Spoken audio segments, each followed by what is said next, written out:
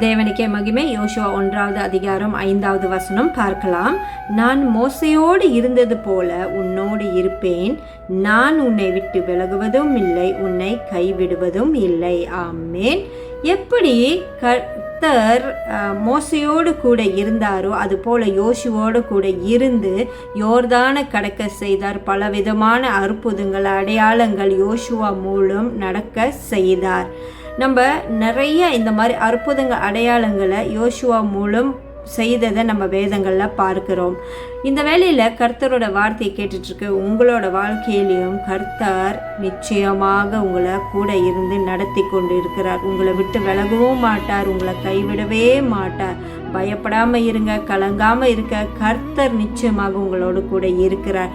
நீங்கள் எதிர்பார்த்து கொண்டிருக்கிற நன்மைகளும் ஆசீர்வாதங்களும் கர்த்தர் தருவார். God bless you. Amen.